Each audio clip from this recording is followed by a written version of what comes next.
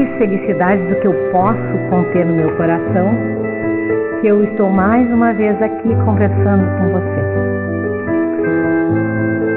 Que nesse momento em que nós estamos aqui reunidos, nós possamos elevar o nosso pensamento a Jesus, aos bons espíritos, pedindo que nós sejamos orientados, atendidos, não somente nós encarnados, mas também os desencarnados que aqui estão, aqueles que também precisam tanto de luz quanto nós, precisam tanto de consolo e esclarecimento como nós.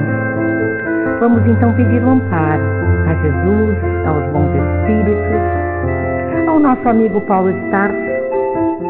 Mas hoje em especial nós vamos pedir ajuda, não somente a Alta de Souza, né? Mas também vamos pedir a Ivone Pereira e ao Espírito Charles. E é dessa forma, Senhor, que vamos dar início ao nosso estudo da noite de hoje. Que assim seja. O tema do nosso estudo é a quem serve o perdão. Eu vou confessar para vocês que quando eu li essa trilogia de Ivone Pereira, que vai aqui mais uma dica, né? Depois eu vou deixar para as gurias colocarem ali. Essa trilogia não tem igual, gente. Eu sempre costumo dizer que a gente não pode desencarnar sem ler o livro Voltei, o livro Sublime Expiação e a trilogia da Ivone Pereira. Porque para mim, né, de repente falou para o meu psiquismo, falou para o meu jeito de pensar, foi aqui que eu aprendi o que é o perdão. E o quanto é necessário a gente perdoar. Eu não disse que eu perdoo ainda, mas eu vou aprender como todos nós. Hoje em dia já está muito mais fácil encontrar o sentido do perdão na minha vida. E por conta de Ivone Pereira e Charles. Eu vou convidar vocês a pensar junto comigo, porque ultimamente nós somos abençoados, né, por várias fontes de informações, a partir da psicologia, a partir da religião, a partir da filosofia, sobre os benefícios do perdão. Mas hoje nós vamos abordar o perdão, assim, pontualmente, através da doutrina espírita. Por isso que eu baseei todo o estudo, em nenhum momento eu vou pensar em psicologia hoje, eu só vou pensar em doutrina espírita, porque faz todo o sentido para nós. Porque no fundo eu me dou conta a cada semana, a cada mês, que a psicologia só tá copiando, né, a doutrina espírita. Vamos pensar assim, porque é bem por aí que a coisa caminha, né? Então, eu vou convidar vocês a conhecer o passado da médium Ivone Pereira. Vocês me dão licença, que a equipe espiritual começa a esquentar a gente, né? Já é uma beleza. Conhecer o passado da médium Ivone Pereira. Essa trilogia foi editada pelo Espírito Charles, que é o mentor da Ivone Pereira. Lá na primeira parte, começa assim. Século XVI. Ivone Pereira reencarna como Otília, como Ruth Carolina. E aqui, como Ruth Carolina, ela começa uma jornada na qual ela vai se comprometendo.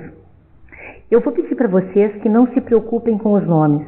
Eu só coloquei os nomes para facilitar, porque são 3 gerações, ou 3 encarnações, século XVI, século XVII e século XVIII. Fica muito mais fácil para a gente poder organizar mentalmente com os nomes, mas fiquem tranquilos, quando vocês forem ler a trilogia, que eu tenho certeza que todos irão ler, né? Porque ninguém vai sair daqui hoje sem vontade de ler a trilogia, tenho certeza. Então, depois quando vocês forem ler, vocês vão lembrar disso, né? Vão ter essa noção, já que é uma pincelada. Ivone Pereira, então, reencarna como Ruth Carolina. Temos 2 núcleos nessa época. O núcleo da família protestante e o núcleo dos católicos, daqueles reis católicos. A família protestante era o pai, Carlos Felipe, que era um divulgador do protestantismo e que dizem, né, por aí, que é o Dr. Bezerra de Menezes. Então, desde lá, ele já começava a sua caminhada em direção ao Evangelho de Jesus aqui na Terra. Carlos Felipe II, também divulgador do protestantismo, era filho do Carlos Felipe I. Ruth Carolina era aquela menina de 15 anos, a joia da família. E os irmãos mais novos. Nós tínhamos então Otília. Otília era noiva do Carlos Felipe. Tínhamos também nesse núcleo Frederico G, príncipe, que estava ali prometido para Ruth Carolina. Segundo núcleo, os reis católicos. Os reis católicos eram a Caterina de Médici, que governava a França junto com o seu filho Carlos, e ela tinha uma firme proposta de terminar com o protestantismo e também o firme propósito de eliminar Luís de Narbonne, o conhecido capitão da fé, que era filho ilegítimo do rei. Luís de Narbonne, então, o capitão da fé, era um religioso fanático que comandou o massacre da noite de São Bartolomeu, na França. E este Luís de Narbonne foi criado pelo Monsenhor B. Até aí, dois núcleos que tinham sim as suas diferenças. Na noite de 23 para 24 de agosto, estamos bem pertinho, né? Achei assim muito simbólico isso, né? Bem pertinho de 23 a 24 de agosto de 1572, os sinos anunciaram os festejos de São Bartolomeu. Nessa noite, na França, ocorreu o massacre de mais de 3.000 protestantes, onde somente Ruth, Carolina e Otília sobreviveram. Dizem que por muitos anos se escutava os gritos de desespero daquela noite. Imaginem o que ficou ali fixado naquele painel psíquico, naquela atmosfera psíquica daquele lugar. Nessa noite violenta, então, teve início a essa história, que hoje, né, já desencarnada Ivone Pereira, foi Ruth Carolina. Revoltadas, Otília, por ter perdido o noivo, Ruth, por ter perdido toda a sua família, maquinam então uma vingança pelo massacre da sua família. Iniciaram então o plano de se vingarem do capitão da fé. Ruth seduz Luís de Narbonne, que é o capitão da fé, que se apaixona por ela e que depois nós vamos entender lá no final que os dois já tinham vivido junto lá nos anos 40 depois, no ano 40 depois de Cristo, que os dois tinham tido ali uma relação de amor, já tinham sido casados. Por isso que a gente vai entender um certo tipo de sentimento que Ruth Carolina sentia por ele em todas as vezes que eles se encontraram aqui na Terra. Voltando então para 1572. Ele se apaixona por ela e eles se casam. Na noite do casamento, ela, em combinação com Catarina de Médici, diz: olha, eu caso com ele e te entrego. Ela entrega então Luís de Narbonne, que é encerrado numa masmorra, em segredo, onde morre. Ruth pede ajuda para Frederico G e segue para outro país. Mas a Ruth Carolina sentia, e agora vai ficar redundante, mas sentia um sentimento por Luís de Narbonne que ela não conseguia entender.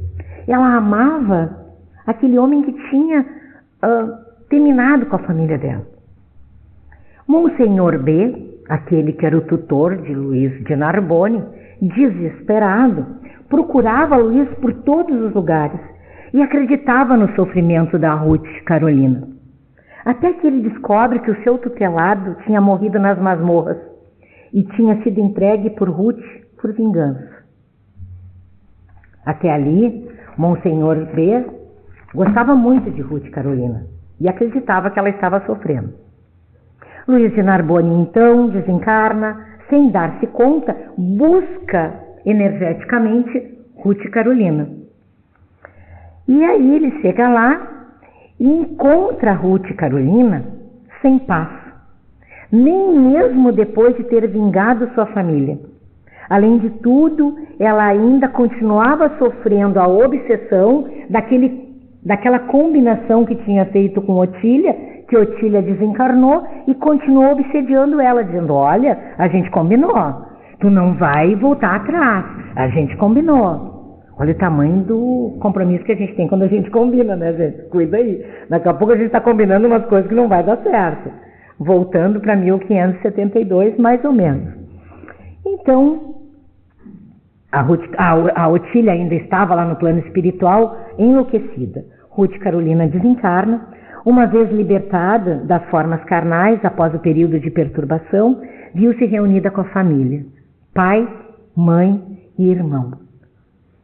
Questionada então por aquele irmão, perguntou para ela, né? Por que, minha irmã, tu fizesses isso? Por que tu te comprometeu desse jeito? Aí ela olha para ele e diz: mas foi por amor a ti, foi por amor à minha família. Como é que eu não ia me vingar? Aí ele, na sua evolução espiritual, olha para ela e diz: por nós, minha querida, por amor a nós, ao nosso Criador, Todo-Poderoso, deverias ter perdoado e não castigado. Vingando-te, castigando, foi a ti mesmo que feriste, visto que ficaste com a responsabilidade de infringir a lei, essa lei de Deus, e nem poderias, minha irmã, alegar que tu não conhecias essa lei, porque ela habitava ao nosso lar. No Evangelho, o Senhor recomenda perdoar. E aí ela continua dizendo: mas eu sofria, meu irmão. E ele disse a ela: querida, Jesus disse: vinde a mim, vós que sofreis, que eu vos aliviarei. Jesus deixou claro, não é a vingança que vai nos aliviar. É Ele. É buscar Ele através da fé, através da esperança, através da condição humana que a gente carrega, mas buscar Jesus. E aí eles se encontram no plano espiritual, organizam mais uma reencarnação. Aí voltam para a Terra. Neste momento, mais uma vez eu aviso, não se preocupem com os nomes, tá? Vocês vão entender quando ler. Acontece a reencarnação, que é sempre sob o olhar amoroso do nosso Pai, reencarnação agora no século XVII. Ruth Carolina reencarna como Berthe, uma menina que foi criada pela família Lumière. Luiz de Narbonne reencarna como Henri Lumière. Monsenhor B reencarna como o pai de Henri Lumière, Senhor Arnold. Frederico reencarna como um irmão de leite do Henri Lumière. Carlos Felipe II reencarna como o Padre Antônio. Carlos Felipe pai reencarna como o Padre Rômulo. Este núcleo aqui foi todo ele trabalhado no plano espiritual para que pudesse acontecer um reencontro e um perdão. Berthe, então, casa-se com Henri.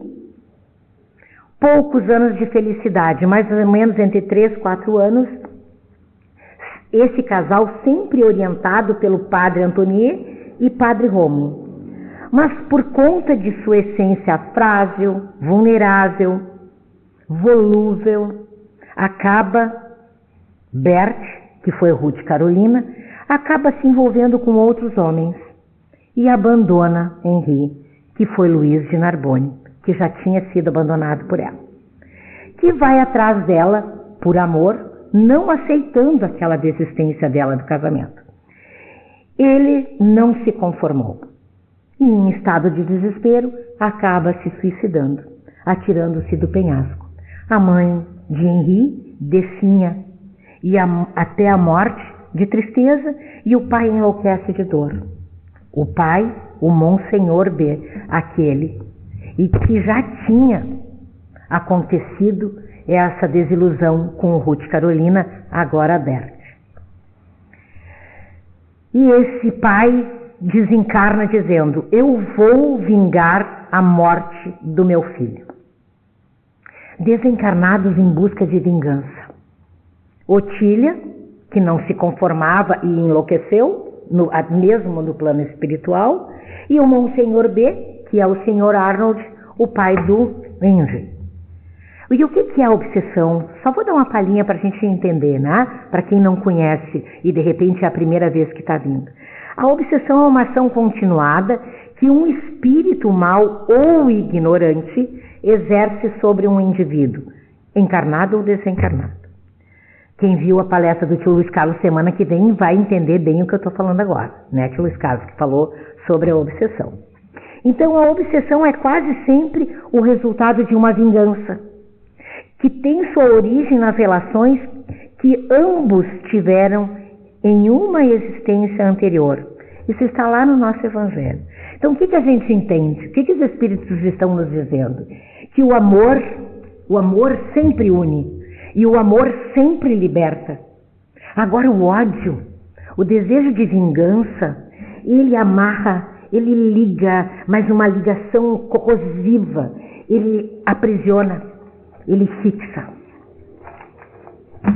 Então, após a segunda oportunidade que esse grupo de espíritos teve, século XVI, primeira, século XVII, segunda vez, aqui estamos nós, depois de terem se encontrado no plano espiritual e terem trabalhado em prol da regeneração, do reencontro de despertar de Ruth Carolina, Luiz de Narbonne e o príncipe Frederico. Só um pouquinho. Então, Bert, século XVII, que tinha sido Ruth, reencarna como Andréia. Padre Antônio, que tinha sido Carlos Felipe, aquele protestante que morreu, irmão da Ruth Carolina, volta como irmão de Andréia, Ruth Carolina, sendo o irmão mais velho, que faz medicina e é filósofo. Henri, que foi Luiz de Narbonne, reencarna como Arthur, para fazer aquele tempo de complemento da reencarnação que ele precisava, e já foi planejado que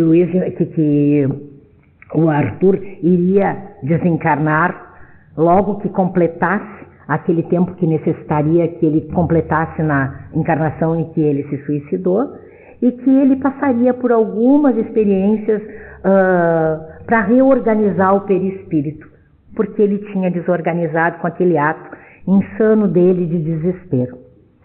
Então, Arthur seria irmão gêmeo de Alex, que tinha sido o irmão de leite de Henri e que tinha sido príncipe Felipe lá na primeira versão. Não se preocupem com os nomes, o importante é a essência de tudo isso. Neste século, este núcleo se encontra no propósito de regeneração de Ruth, Luiz e Frederico. Andréia era uma menina frágil, doente desde pequenininha. A infância foi muito difícil. Por quê? Porque ela sofria a influência direta do Monsenhor B, que era Arnold Numiers. Ele não conseguiu perdoá-la. Ele jurou vingança e foi atrás dela, mesmo depois que ela reencarnou. Só que Andréia era volúvel, inconsequente, sedenta de distrações. E ela não escutava o que o irmão mais velho orientava ela. Porque o irmão mais velho se dava conta que ali tinha alguma coisa que não estava certo. Ele conhecia a filosofia, ele já conhecia um pouco da espiritualidade, ele conhecia, ele sentia. Porque algumas pessoas relatavam que naquela casa onde morava a Andréia com seus pais, e com seus 2 primos, que eram o Alex e o Arthur, e de vez em quando eles escutavam umas gargalhadas, umas coisas fora do comum, e ela entrava em convulsão. Era um momento em que o obsessor atuava sobre ela diretamente para que ela sofresse. Porque cada vez que ela olhava para o primo, que era Luiz de Narbonne, e que foi Henri Mies, ela também pensava, eu amo ele, mas eu também amo o outro. E aí fugia toda a ideia de que ela pudesse se regenerar diante do Monsenhor B, que amava tanto aquele filho, ou do Senhor Arnold. Ela foi sofrendo essa obsessão por conta dela mesma. E aí a gente se dá conta que a obsessão acontece conosco porque nós estamos nessa faixa ainda. Mas nós somos humanos. Não vamos agora achar assim, meu Deus, eu não estou numa boa faixa. Não, eu estou na faixa que eu posso. E é graças, aí eu lembro que tem lá no Evangelho, diz, né? Qual é o objetivo, para que Deus permite que aconteça a obsessão? Para que a gente possa despertar. Porque se não acontecer uma obsessão, né? A gente pode ir pelo caminho do amor, né, gente? Mas a gente não conseguiu ainda. Então, quando a gente não sofre uma obsessão, a gente não desperta. A gente vai deixando as coisas acontecerem, a gente vai deixando a vida nos levar, a gente vai construindo a vida de uma maneira bem leve. Mas a vida na Terra não é leve. A vida na Terra não é de festa. A vida na Terra tem leveza, mas a vida na Terra é para que a gente se renove, para que a gente desperte e para que a gente possa caminhar em direção à plenitude. As dificuldades são do mundo de provas e expiações. Faz parte da nossa caminhada. E isso faz com que a gente, quanto mais a gente se der conta desse lugar em que estamos, mais forte nos tornaremos e melhor venceremos as nossas dificuldades. Voltando então para esta reencarnação deles no século XVIII, Ruth, que agora é Andréia, volúvel e inconsequente, não sabia se amava qual dos 2 primos. E ela, na sua sede de satisfação e de distração, se deixou levar pelos encantos de um outro homem. Desesperada, com o decorrer da história, levada à insensatez e loucura por aquela obsessão provocada, comete então o suicídio, se atirando de um penhasco.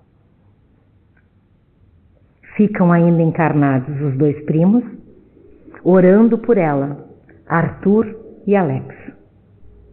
Lembremos o diálogo lá do comecinho, que aqui Arthur e lá atrás foi Carlos Felipe II. Questionada pelo irmão, e ela diz, foi por amor a ti e foi por amor à minha família. E ele diz, por amor a nós, minha querida, por amor ao nosso Criador Todo-Poderoso, deveria ter-lhe perdoado, não castigado, vingando-te a responsabilidade de infringir a lei de Deus, está contigo. E tu não precisarias carregar esse compromisso. Quantas vezes, quando nós revidamos coisas simples, às vezes não é tão simples, né? Me desculpem quando eu digo coisas simples, mas vai ser simples, tá? Eu sei que não é simples hoje, vamos pensar assim, sei que não é simples hoje, acho que vai ficar melhor assim pra gente pensar. Imaginemos uma traição, né? Vamos imaginar assim o Érico, a coisa mais amada do mundo, que é meu marido há 42 anos. Amanhã de manhã eu acordo e descubro que o Érico tem uma namorada. Mas, hoje em dia é uma facilidade, a gente vai lá na internet, lá a gente descobre tudo na vida, né? Serviço de que vai estar tudo essa descoberta? A serviço de que vai estar a minha maquinação de vingança? Não me ama? Segue com Jesus e os bons espíritos. Vou sofrer, vou chorar, vou ficar extremamente revoltada, mas não vou me comprometer mais do que a minha própria revolta.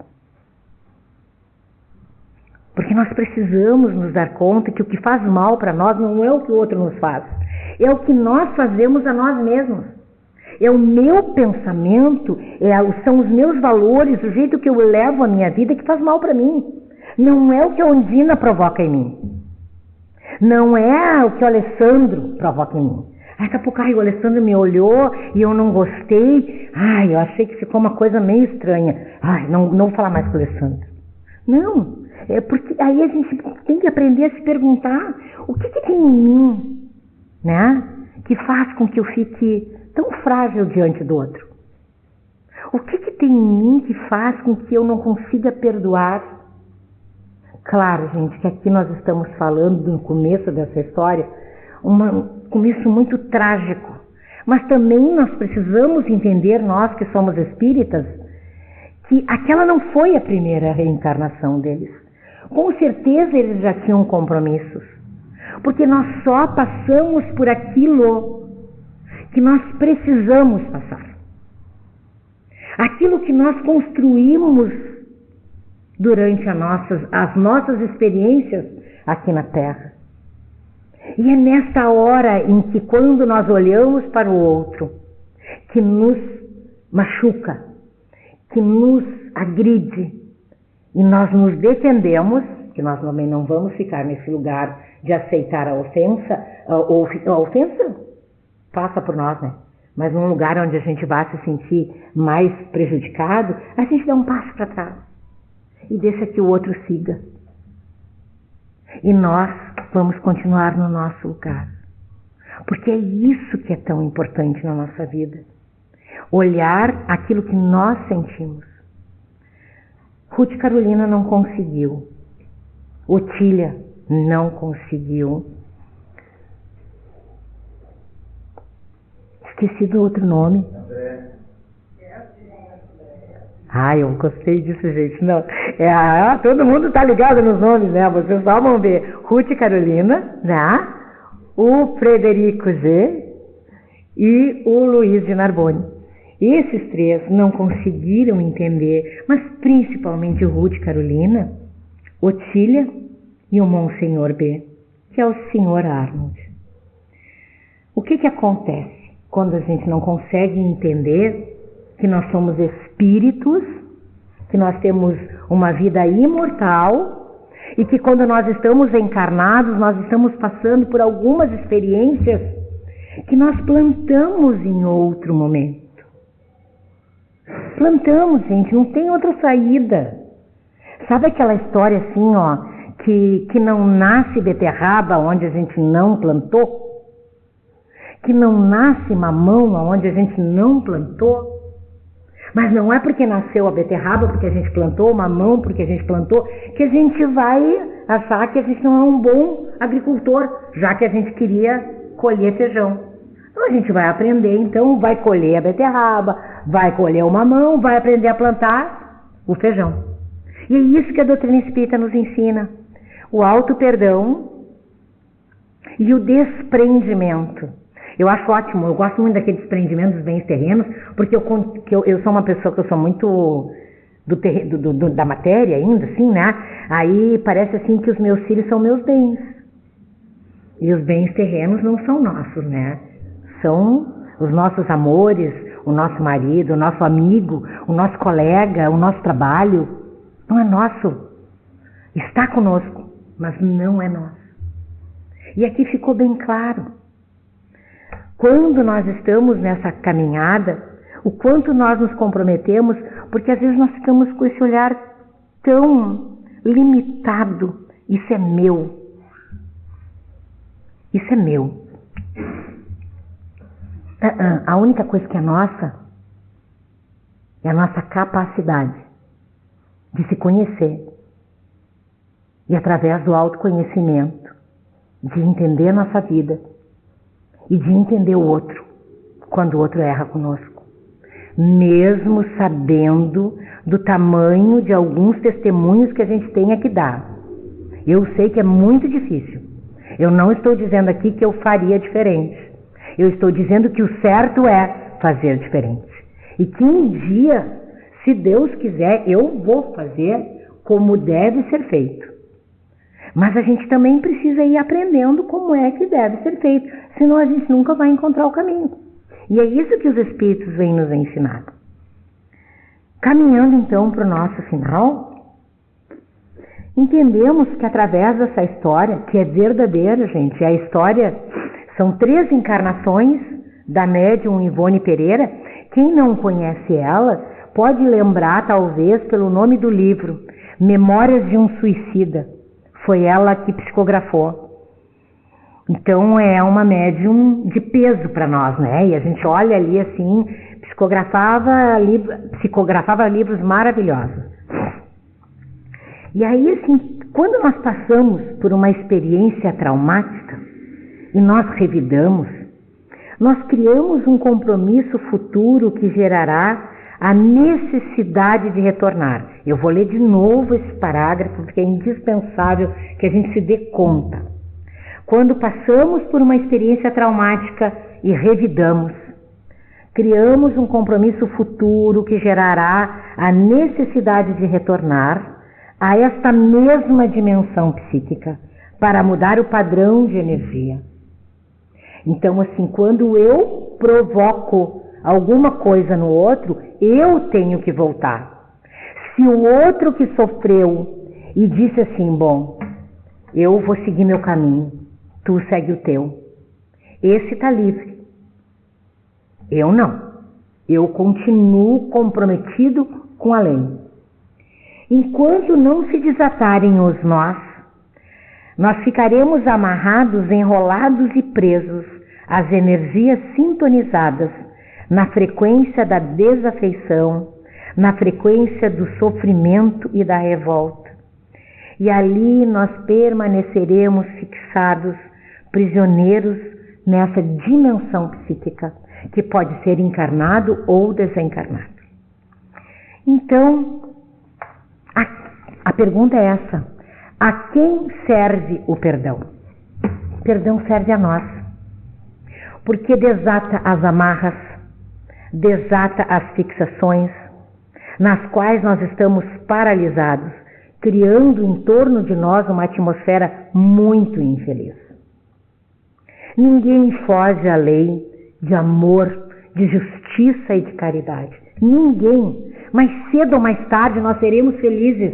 Mais cedo ou mais tarde nós vamos sim ser tomados pelo amor e nós vamos conseguir seguir o caminho da evolução. Não tem saída, só tem um caminho e uma saída, que é o amor. Nós vamos chegar lá. De vez em quando a gente tropeça, mas estamos num mundo de provas e expiações, né? Primitivos, provas e expiações, mundos regeneradores. Aqui nós temos os superiores e os celestes. Então nós já recém estamos aqui, mas já sabemos muitas coisas. Isso já nos ajuda. Para a doutrina dos espíritos, a reencarnação é um método onde o espírito aprende a haver, aprende a educar-se, recuperando-se quando erra, reparando quando se compromete negativamente. Como? Né? Todos esses desse núcleo voltaram, se encontraram,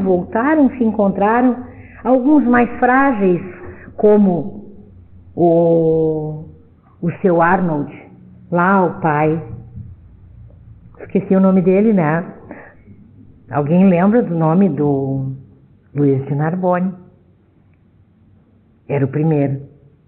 E o segundo, não importa, vocês têm que ler o livro, tá? Isso é só pegadinha para vocês lerem o livro, porque vale a pena. Vale muito. Ah, vou mostrar depois, pode deixar. Então, a reencarnação é método para o espírito aprender a agir, e educar-se. O espírita, olha só agora, o espírita ainda tem outros motivos para perdoar. O espírita sabe que a morte apenas o deixa livre da presença material do seu desafeto e que este pode persegui-lo mesmo após ter deixado o corpo físico. O espiritismo apresenta uma utilidade prática para o ato de perdoar. Vamos pensar, né? Se Ruth Carolina e Otília tivessem perdoado aquele ato insano, né, de Luiz e Narbonne, elas poderiam ter seguido sua vida, mas não, foi muito difícil para elas. Depois voltaram, depois Ruth Carolina volta e se compromete mais ainda, e depois volta de novo e se compromete mais ainda. Só tem uma saída, o perdão. E claro que o perdão é difícil, gente. Eu não estou dizendo que o perdão é fácil, é muito difícil. Mas existe, assim, uma libertação, porque o perdão serve a nós. O perdão não é para o outro. Se o outro fez para mim, isso ele vai carregar. Agora, quando eu perdoo, eu me liberto. Eu fico livre daquela impressão negativa. Eu fico livre daquela atmosfera psíquica que me aprisiona. O outro errou com a lei de Deus, que é de amor, justiça e caridade. Só que eu sei que para nós isso ainda é difícil. Mas a gente precisa ir treinando. Por isso que a gente vem na palestra, por isso que a gente lê, por isso que a gente estuda. Porque a gente precisa treinar isso. Porque isso é libertador. Tinha seu Rui. Não sei quem é que vai lembrar aqui do seu Rui. Seu Rui daqui, né? O seu Rui era nosso colega. O seu Rui, quando passava um carro correndo por ele, né? Assim, carro na rua, assim. Ele dizia assim: vai, meu irmão, vai morrer na mão do outro, porque na minha não quero que seja. Eu achava aquilo assim, né? Tão gozada. E é verdade, não nesse sentido, mas vamos pensar assim: meu irmão, segue, tu fez pra mim, segue tua vida. Segue, porque tu vai carregar o que é teu. E eu vou carregar o que é meu. Não adianta, não tem outra saída. Cada um carrega o que é seu. Porque a gente ainda está numa caminhada. Uma caminhada ainda muito lenta. Porque a gente é imperfeito. Mas se a gente já cuidar de nós, já vai ser uma grande coisa. Gente, estou passando da hora, mas eu já vou terminar, tá? Então, perdoar é um processo pelo qual nós vamos podendo olhar para a nossa ferida, para a nossa dor. E nós vamos aprendendo a esperar curar, virar cicatriz. Sabe? E depois, quando a gente olha para aquela cicatriz, a gente não vai sentir mais a dor da ferida. A gente vai olhar para a cicatriz e vai lembrar da dor que sentiu. Depois, a gente vai seguir um pouco mais e vai seguindo e vai deixando para trás. Eu lembrei de uma coisa agora para a gente encerrar. Depois tu vai fazer o encerramento, Marinês, certo? Então, assim, lembrei de algo bem interessante. Para mim, pelo menos, né? Vai fazer 3 anos dia... não sei exatamente o dia, tá, gente? Mas vai fazer 3 anos em setembro agora que eu descobri que eu tinha câncer. E aí estou num tratamento terrível, sofri bastante, mas nada como a nossa medicina maravilhosa, né? Nada como baixar a cabeça e olhar onde é que estão os pontos frágeis, onde é que a gente está errando, onde é que a gente precisa refazer as coisas lá dentro da gente. Porque esse é o objetivo da doença na Terra, é que a gente pare e pense um pouquinho mais sobre nós. Não é castigo, é oportunidade. E agora vai fazer 3 anos. E o quanto foi importante esse período. O quanto foi importante eu me dar conta de algumas coisas. Às vezes a gente pode nascer na mesma encarnação, sem precisar reencarnar de novo. A cada despertar de consciência, a cada momento que a gente acorda, a gente se dá conta que a gente não precisa deixar para a próxima reencarnação aquilo que a gente despertou agora. Vamos fazer. Vamos amar aquele marido difícil.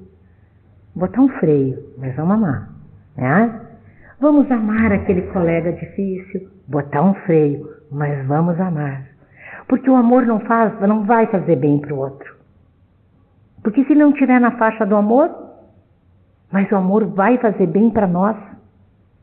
Foi o que Ruth e Carolina deveria ter entendido, né, gente? Não conseguiu.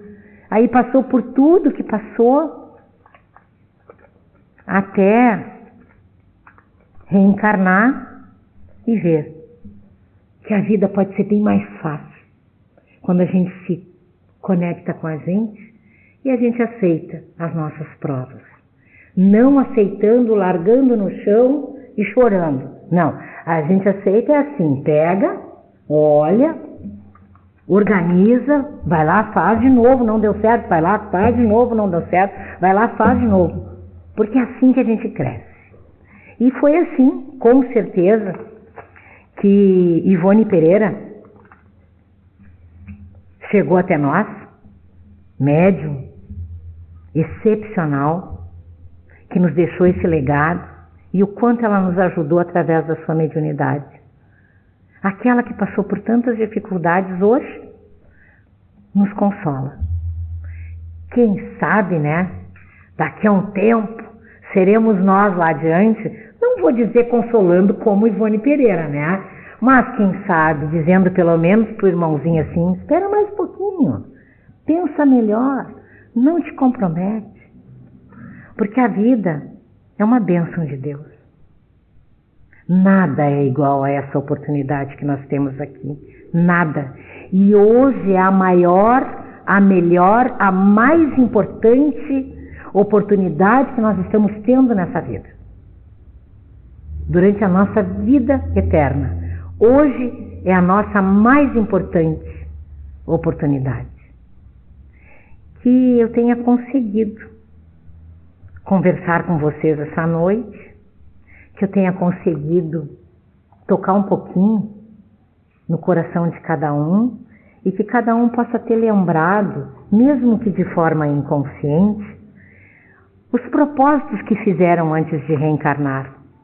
Porque nós precisamos lembrar que nós reencarnamos para amar. E não tem outra saída. Ou a gente ama, ou a gente ama, porque nós somos frutos do amor. Enquanto a gente não está amando ainda, é só porque a gente está a caminho, mas a gente vai chegar lá. Vou deixar para vocês então aqui. Depois, né, na nossa biblioteca, a gente com certeza vai ter. Aqui está a trilogia que fala, vou dizer agora, bibliotecária é fogo, né? A mulher dos livros é fogo, diz nome. Está aqui, ó, Nas Voragens do Pecado, O Cavaleiro de Lumière e O Drama de Betânia. Vale muito a pena, gente. Olha, se vale a pena, vou dizer para vocês assim, ó. Eu já li 2 vezes cada um. Não é muita coisa, né? Mas para mim é importante. 2 vezes cada um já serviu de um bom entendimento. Que a paz de Jesus nos envolva, que eu possa ter feito a minha parte, que eu possa ter colaborado para a gente despertar um pouquinho a nossa consciência. Nós precisamos tanto de ter Jesus no nosso coração.